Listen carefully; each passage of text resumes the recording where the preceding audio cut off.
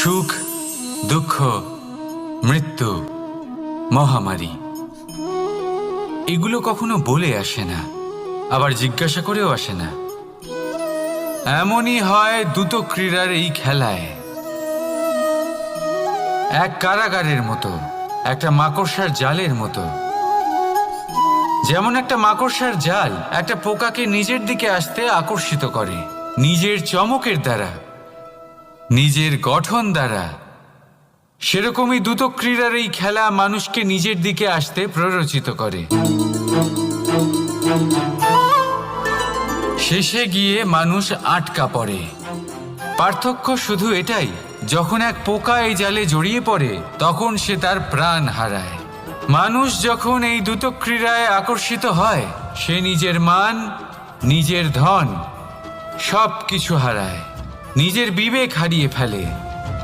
কিন্তু আপনি আপনার বিবেক কখনোই হারাবেন না। যদি আপনার মনে লোভ চলে আসে, আপনি লোভী হয়ে ওঠেন। যদি আপনি দ্রুত ক্রীড়ার এই খেলায় আটকা পড়েন, তাহলে মনে রাখবেন এই খেলা থেকে ফিরে আসা প্রায় অসম্ভবই বলা যায়। নিজের বিবেক কখনো হারাতে দেবেন না, কারণ বিনাশ আসার প্রথম লক্ষণ হলো বিবেকের বোধ চলে যাওয়া। এই প্ররোচনায় কখনো পা দেবেন না। আর আমার সাথে ভালোবেসে বলুন, রাধা রাধা। বিজয়, বিজয় লাভের জন্য মানুষ কি না করে থাকে। যে কোনো সম্ভাব্য প্রচেষ্টা করে, কিন্তু নিজের বিজয় লাভের জন্য বাজিতে যা ইচ্ছে তাই রেখে দেওয়া কি উচিত কাজ? কখনোই নয়। নিজের হারানো সম্মান, নিজের হারানো সম্পত্তি, নিজের হারানো অধিকার ফিরে পাওয়ার শুধু একটাই পথ রয়েছে, আর তা হলো পুরুষার্থ, দ্রুত ক্রীড়া নয়। যে মানুষ নিজেই হেরে গেছে, নিজেই নিজের জয়লাভ করার জন্য অন্য কাউকে কিভাবে বাজিতে রাখতে পারে? এ হলো সম্পূর্ণরূপে অনুচিত। অনেক সময় অনেক ধন লাভ করার জন্য, অনেক সম্পত্তি লাভ করার জন্য আমরা নিজের আসল ধন, আমাদের আপনজন, তাদেরকে হারিয়ে ফেলতেও প্রস্তুত হয়ে যাই। এটা একেবারেই উচিত নয়। যত বড়ই সংকট আসুক না কেন, আমাদের আপনজনদের আমাদের সাথেই রাখা উচিত। নিজের বিজয়ের জন্য ওনাদের বাজি রাখা ঠিক নয়। এই ভুল কেউ একজন করেছেন, আপনি তা ভুলেও করবেন না। রাধা রাধা। নারী জন্মসূত্রে কারোর কন্যা, ধর্মসূত্রে কারোর পত্নী, আর কর্মসূত্রে কারোর মা। আমাদের মনে এই ছবি আঁকা রয়েছে একজন নারীকে নিয়ে, তাই না? একটা অতুলনীয় ভূমিকা রয়েছে নারীদের আমাদের জীবনে, আর নারী ছাড়া আমরা কিছুই নই। কিন্তু অধিকার, সেখানে আমরা একটা ভুল করে বসি। যখন নারী একজন কন্যা থাকে, যখন সে জন্ম নেয়, তখন তার ওপর অধিকার থাকে তার পিতার। আর তারপর যখন বিয়ে হয়ে যায়, তখন তার অস্তিত্বের ওপর অধিকার থাকে তার স্বামীর। আর যখন তিনি মা হন, তখন নিজেই তিনি জীবনের সমস্ত অধিকার দিয়ে দেন তার সন্তানকে। কিন্তু আমরা কি কখনো এটা ভেবেছি এই জীবন হলো তার নিজের? যে নারী সবার কল্যাণ করছেন, তার জীবনের অধিকারও তার কাছেই থাকা উচিত, তাই না? তার নিজের জীবনের সিদ্ধান্ত সে নিজেই নিতে পারেন, নিজেই নিজের ভাগ্যের রচয়িতা হতে পারেন। আর এর জন্য আমাদের নিজেদের পাল্টাতে হবে, দৃষ্টিভঙ্গি পাল্টাতে হবে। কারণ এই ধারণা সেটা আজ বা কালকের ব্যাপার নয়, এটা ঘটে চলেছে বহু বছর ধরে, আর চলতেই থাকবে যদি আমরা এটা না বদলাই। আর এটা তখনই সম্ভব হবে যখন আমরা নিজেদের মধ্যে পরিবর্তন আনব। তাই আজকের পর থেকে, এই মুহূর্ত থেকে কোনো নারীর ওপর অকারণ অধিকার স্থাপনের আগে সহস্রবার ভেবে দেখবেন। কারণ যখন নারী নিজের অধিকার কেড়ে নিতে বাধ্য হবেন, তখন শুধু এবং শুধুমাত্র বিনাশই ঘটবে। রাধা রাধা।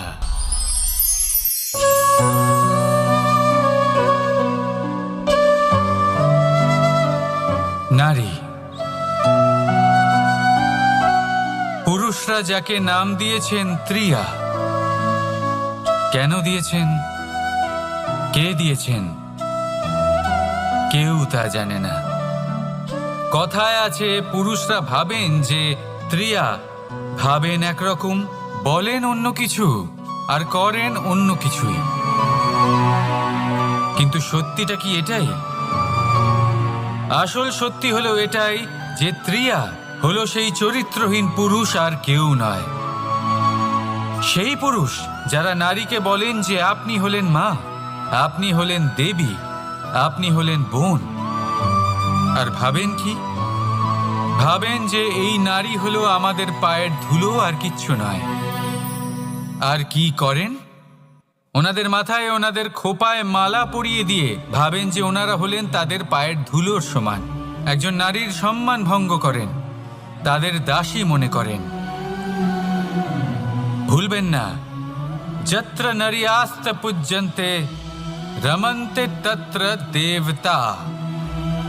অর্থাৎ যেখানে নারীকে পুজো করা হয় সেখানে ঈশ্বর বাস করেন, আর যেখানে নারীকে অপমান করা হয় সেখানে ঈশ্বর এবং ভাগ্য এই দুই রুষ্ট হয়। মনে রাখবেন, যদি নারী কল্যাণকারী হতে পারেন তাহলে নারী মহাচণ্ডী রূপও ধারণ করতে পারেন। যদি একজন নারী মাতা হয়ে জন্মদান করতে পারেন তাহলে নারী মৃত্যু হয়ে বিনাশও করতে পারেন। যেখানে নারী অপমানিত হবেন সেখানে মহান ভারতও মহাভারতের পথে অগ্রসর হতে পারে। তাই মনে রাখবেন, নারীর অপমান যেন কখনোই না ঘটে। আর যদি কোথাও নারীর অপমান হয় তার অর্থ হলো আপনার বিনাশ আপনার দিকেই আসছে, আর এটা হলো তার প্রথম পদক্ষেপের প্রথম পদধ্বনি। রাধা রাধা। যদি সন্তান কোনো দুষ্কর্ম করে তাহলে সেই অপরাধ শুধু কি সেই সন্তানের? না, যদি সন্তান দুষ্কর্ম করে তাহলে অপরাধী তার মাতা পিতাও, যারা পুত্রমোহর কারণে সেই অনুচিত কাজে তাকে বাধা দেননি।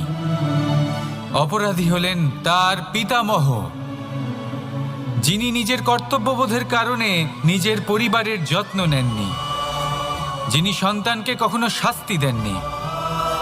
অপরাধী হলেন তার সেই গুরুও, যিনি নিজের শিষ্যের সেই দুষ্কর্ম দেখেও তাকে প্রতিহত করতে পারেননি। একজন হবু রাজার কর্তব্য হলো নিজের প্রজার কাছে সে যেন এক উদাহরণ প্রস্তুত করতে পারে। কিন্তু যদি এত অনুচিত উদাহরণ প্রস্তুত হয়ে থাকে তাহলে মা বাবার, বাড়ির বয়োজ্যেষ্ঠদের কর্তব্য হলো ওনারা যেন সেটা সেখানেই থামায়, হয় ভালোবেসে নয়তো শাস্তি দিয়ে। যদি না থামানো হয় তাহলে মহাভারত অবশ্যম্ভাবী। অনেক ব্যক্তির মনে একটা প্রশ্ন জাগে আমাকে আর রাধাকে নিয়ে। বলেন যে না আমি আর রাধা একসাথে থাকি, না আমাদের বিয়ে হয়েছে, আমি এখানে দ্বারকাতে ও ওখানে বর্ষণাতে, তাও এত ভালোবাসা কি করে? এ কেমন সম্পর্ক? আমি তাদের একটা সহজ কথা বলতে চাই। আপনি কখনো আয়নার দিকে দেখেছেন? নিজের দুই চোখের দিকে তাকিয়ে জিজ্ঞাসা করুন, এই দুই চোখ একসাথে কেন বন্ধ হয়, একসাথে কেন খোলে, একসাথে কেন ঘুমোয়, একসাথে কেন কাঁদে? আজীবন কোনো এক মানুষের সাথে সম্পর্ক রাখা অবশ্যই সম্ভব, তাদের সাথে দেখা না করে। আমার আর রাধার ভালোবাসাও কিছুটা এরকমই, আর কিছুটা এরকমই হয় ভালোবাসা দুই নয়নের মতো, যারা কখনোই মিলিত হবে না কিন্তু চিরকালের জন্য একসাথে জুড়ে থাকবে। এই অনুভূতি নিঃস্বার্থ হয়, আর এই নিঃস্বার্থ ভালোবাসা আপনাকে আনন্দের পথে অগ্রসর করে। জীবনে সবসময় নিঃস্বার্থভাবে ভালোবাসুন, শুধুমাত্র আনন্দই পাবেন।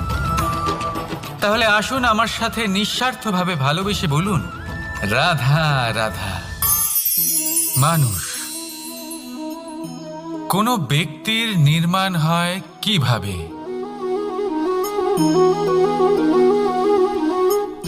কেউ বলবেন পঞ্চতত্ত্বের দ্বারা, কেউ বলবেন আত্মা, দেহ ও চেতনার দ্বারা, কেউ বলবেন ঈশ্বরের কৃপার দ্বারা, তো কেউ বলবেন এই প্রকৃতির পরীক্ষার দ্বারা।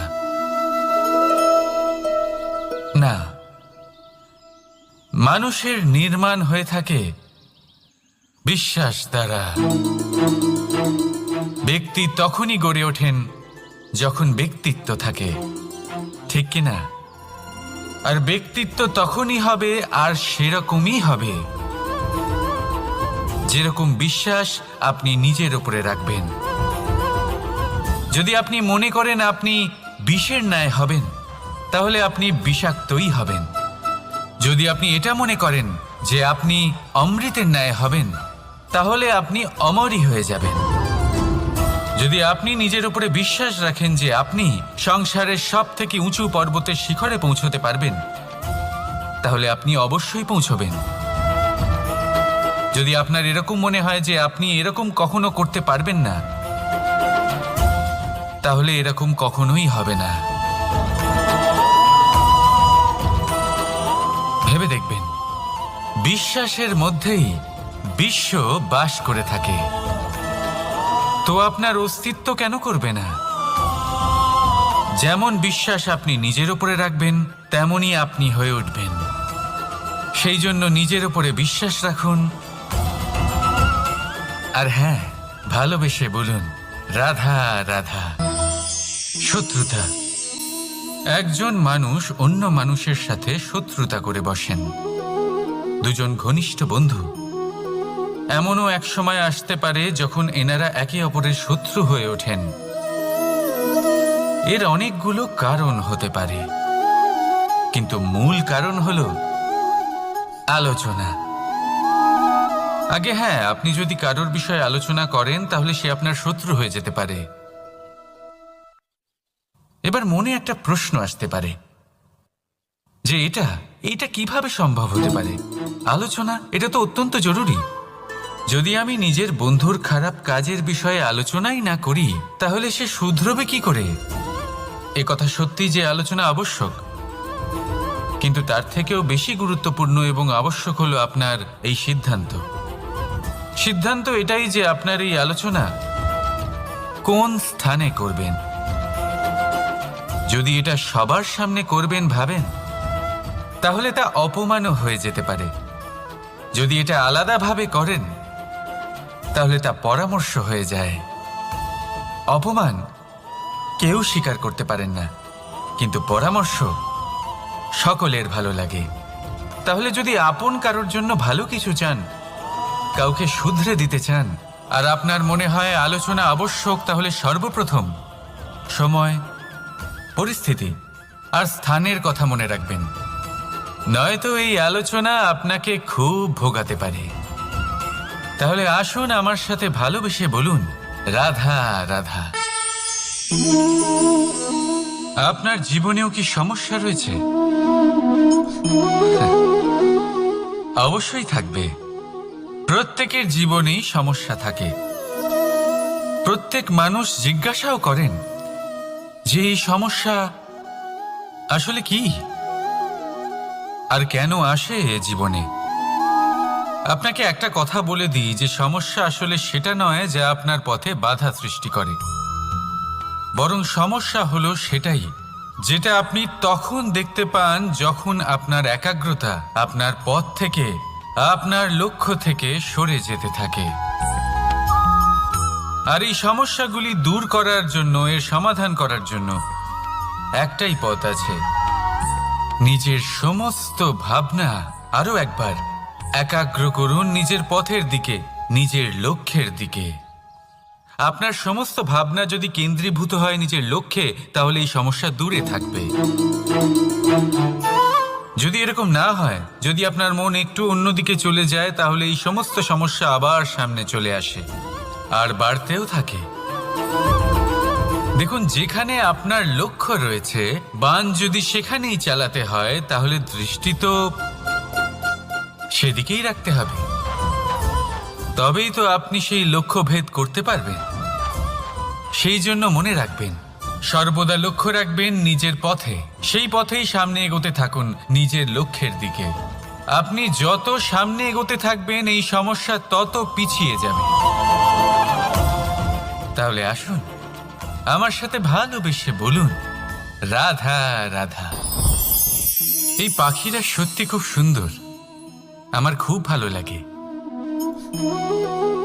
আপনি নিশ্চয়ই শুনে থাকবেন যে কিছু পাখির কাছে ডানা অবশ্যই থাকে, কিন্তু উড়তে পারে না।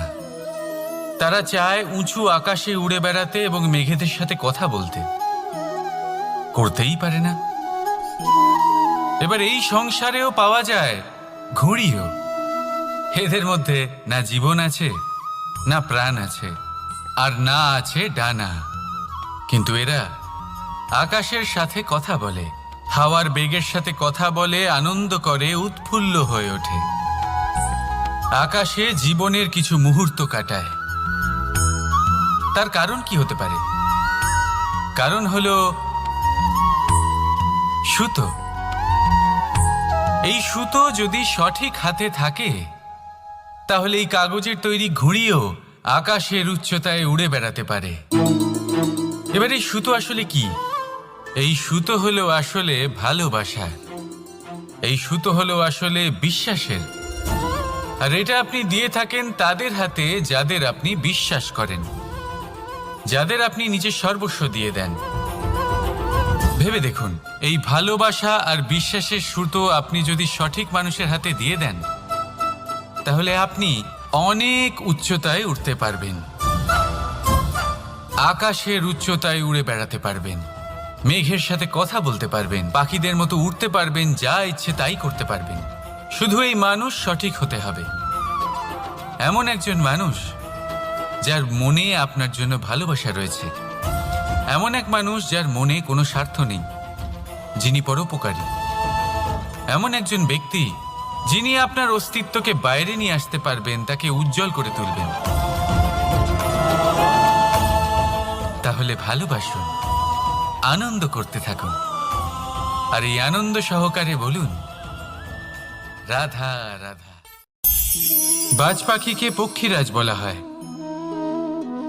বাজের আয়ু হলো মোটামুটি 70 বছর। এবার 40 বছর হতে হতেই ওদের পালক লম্বা এবং ভঙ্গুর হয়ে যেতে থাকে, ঠোঁট বেঁকে যায়, ডানা ভারী হয়ে যায়, অর্থাৎ আগের মতো উড়তে পারে না, সেই শক্তি থাকে না।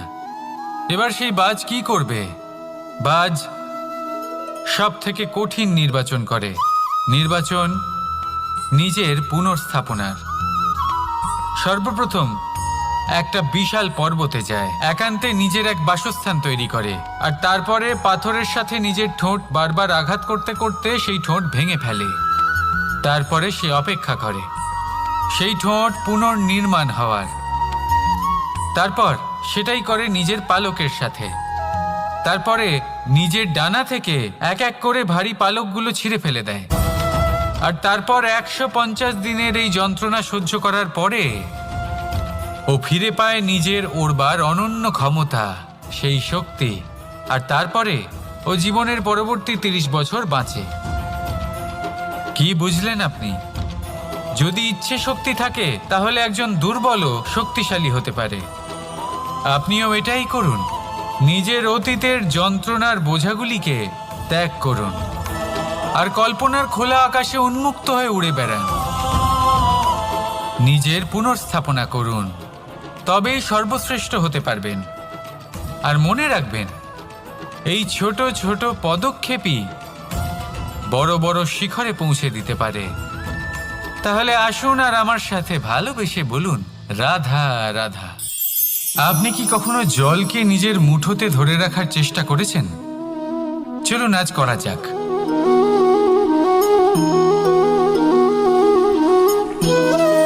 যদি আপনি নিজের মুঠো জোরে বন্ধ করেন,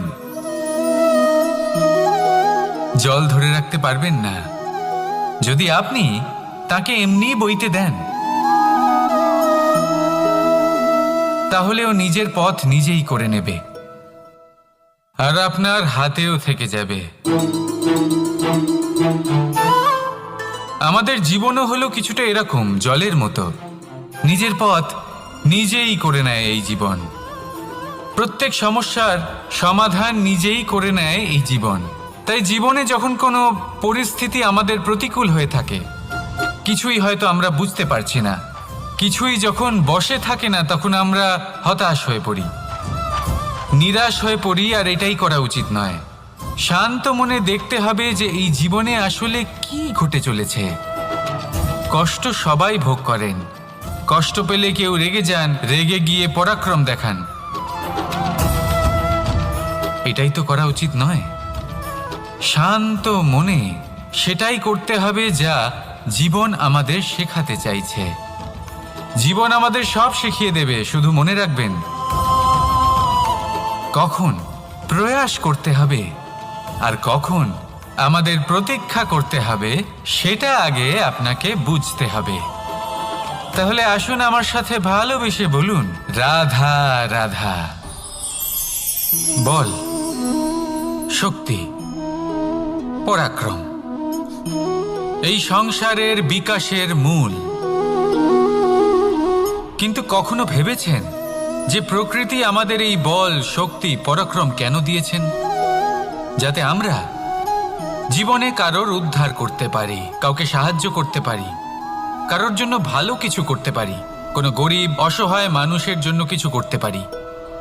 এই বল, এই শক্তির সদ্ব্যবহার করতে পারি। কখনো দেখেছেন এমন মানুষ যার কাছে অসীম শক্তি আছে, কিন্তু তার সাথেই অসম্ভব অহংকারও রয়েছে, যিনি নিজেকে সর্বশ্রেষ্ঠ বলে মনে করেন, খারাপ কাজও করেন।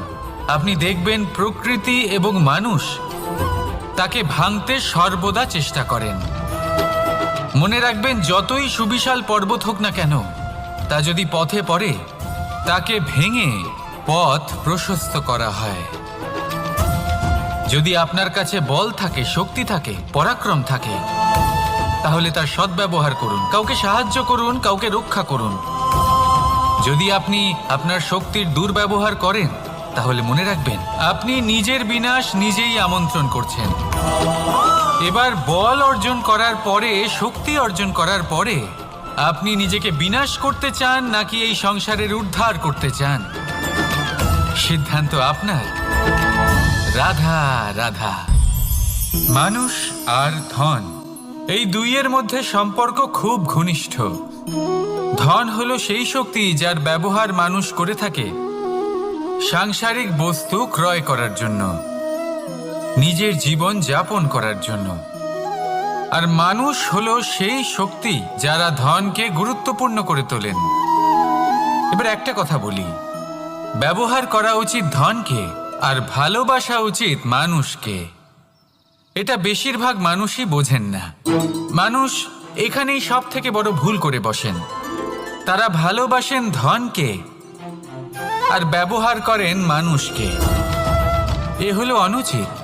দেখুন, আপনি একটা সূচের দ্বারা যুদ্ধ করতে পারবেন না, আর কোনো তলোয়ার দ্বারা বস্ত্র সেলাই করতে পারবেন না, তাই না? কোনটা কিসের জন্য হয় সেটা বোঝা অত্যন্ত জরুরি। আপনিও সঠিক দিকে অগ্রসর হন। মানুষকে ভালোবাসুন আর ধনকে ব্যবহার করুন। যদি আপনি মানুষকে ব্যবহার করেন, তাহলে আপনি ভালোবেসে ফেলবেন ধনকে। আর এই ভালোবাসা ধীরে ধীরে পরিণত হবে লোভে, আর ধীরে ধীরে এটা আপনাকে বিনাশ করে দেবে। তাহলে সমস্ত মানুষকে ভালোবাসুন আর এইভাবে ভালোবেসে বলুন, রাধা রাধা। সাফল্য কে না চান?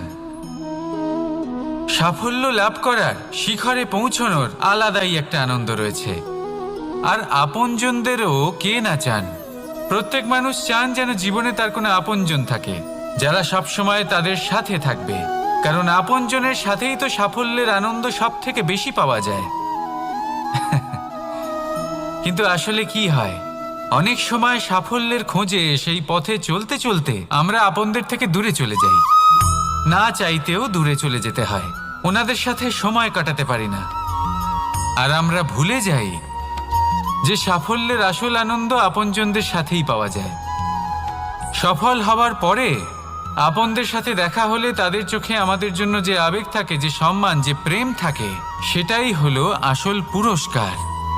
আমরা সেই কথা ভুলে যাই এবং একা হয়ে পড়ি। বেশিরভাগ সময় এটাই হয়। বেশিরভাগ সময় সফল মানুষগুলি একা হয়ে যান। এবার আপনি কি চান?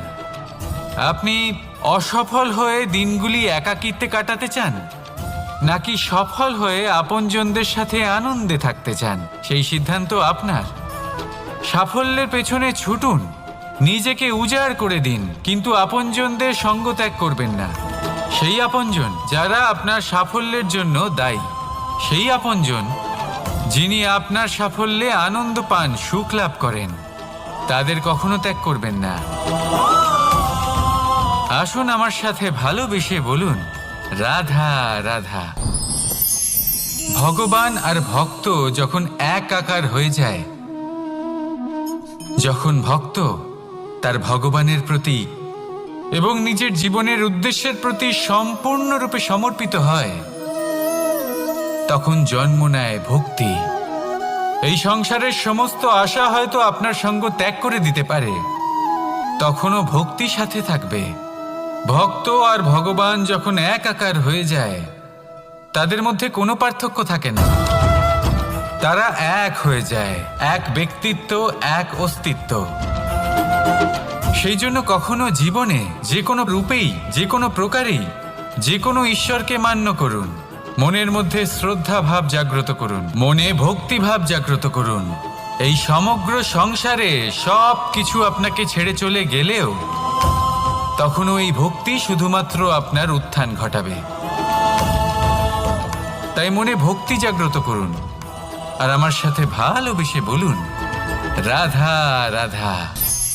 শব্দই হলো শূন্য, শব্দই হলো আরম্ভ, শব্দই হলো অন্ত, শব্দই হলো অমর, শব্দই হলো ব্রহ্ম। এই শব্দ হলো অত্যন্ত বিশেষ। কেউ কাঁদলে তাকে হাসিয়ে তোলে, কেউ হাসলে তাকে কাঁদিয়ে দেয়। কারোর মনে উদ্দীপনা জাগিয়ে তুলতে পারে, আবার কারোর মনে কাঁটা হয়ে বিঁধে থাকতে পারে। একটা অত্যন্ত গুরুত্বপূর্ণ কথা যা বোঝা অত্যন্ত আবশ্যক। আপনার মন, আপনার হৃদয়ে যতই শুদ্ধ হোক না কেন, যতই পবিত্র হোক না কেন, আপনার দৃষ্টিভঙ্গি যতই স্পষ্ট হোক না কেন, যদি আপনার কথা পবিত্র না হয়, যদি আপনার শব্দ শুদ্ধ না হয়, তাহলে তা আপনাকে আপনার কর্মফল ভোগ করতে বাধ্য করবেই। একটা সহজ উদাহরণ দিই। আপনার জীবনে এমন কেউ অবশ্যই থাকবেন যাকে আপনি পছন্দ করেন না, যিনি হয়তো অধর্মী মানুষ, যিনি হয়তো দুর্বুদ্ধি সম্পন্ন মানুষ, কিন্তু তার জন্য অপশব্দ প্রয়োগ করলে তার মধ্যে কোনো পরিবর্তন আসবে না, তার মানসিকতা বদলাবে না, শুধু মনে প্রতিশোধ স্পৃহা জেগে উঠবে, মনে হিংসা জাগবে, আর কিচ্ছু নয়। সেই জন্য নিজের শব্দকে নিয়ন্ত্রণ করুন, নিজের কথা সংযত করুন। শ্রেষ্ঠ থেকে শ্রেষ্ঠতর মানুষকেও সাবধানী হতে হয়, কারণ যদি এই শব্দের প্রয়োগ সঠিক না হয়, তাহলে আজীবন মানুষকে নির্বাক হয়ে থাকতে হতে পারে। তাহলে নিজের শব্দ নিয়ন্ত্রিত রাখুন, নিজের কথাকে শুভ করুন, এতে প্রেমবোধ জাগিয়ে তুলুন, আর সেই প্রেমবোধ নিয়েই বলুন, রাধা রাধা। বরদান এবং অভিশাপ, এই দুই হলো একই মুদ্রার দুটি পিঠ। এই বরদান আমরা অনেক কারণে পেতে পারি, কখনো নিজের পরিশ্রমের কারণে, কখনো নিজের তপস্যার কারণে, কখনো আমাদের পূর্বপুরুষদের কর্ম ও তপস্যার কারণে। কিন্তু এই বরদান কতক্ষণ বরদান থাকবে তা আমরা নিশ্চিত করতে পারি না। তা সুনিশ্চিত করে শুধুমাত্র আমাদের কর্ম। যদি আপনাকে উদাহরণ দিই, আপনি রেশমের কীট দেখেছেন? ও বরদান পেয়েছে যে ও নিজের সুরক্ষার জন্য খোলস বানাতে পারে। এবারও তাতে এত মত্ত হয়ে যায় যে এমন এক আবরণ বানিয়ে ফেলে যাতে সে নিজেই আবদ্ধ হয়ে চাপা পড়ে মরে যায়। এটার তাৎপর্য কি? তাৎপর্য খুবই সরল। গর্ব করা খুবই ভালো, কিন্তু অহংকার করা কখনোই উচিত নয়। যদি অহংকার মনের মধ্যে প্রবেশ করে, তাহলে এই বরদান অভিশাপে পরিণত হতে সময় লাগে না। আর যদি কর্ম শ্রেষ্ঠ হয় তাহলে অভিশাপও বরদানে পরিণত হয়। তাহলে আসুন শ্রেষ্ঠ কর্ম করুন আর আমার সাথে ভালোবেসে বলুন রাধা রাধা।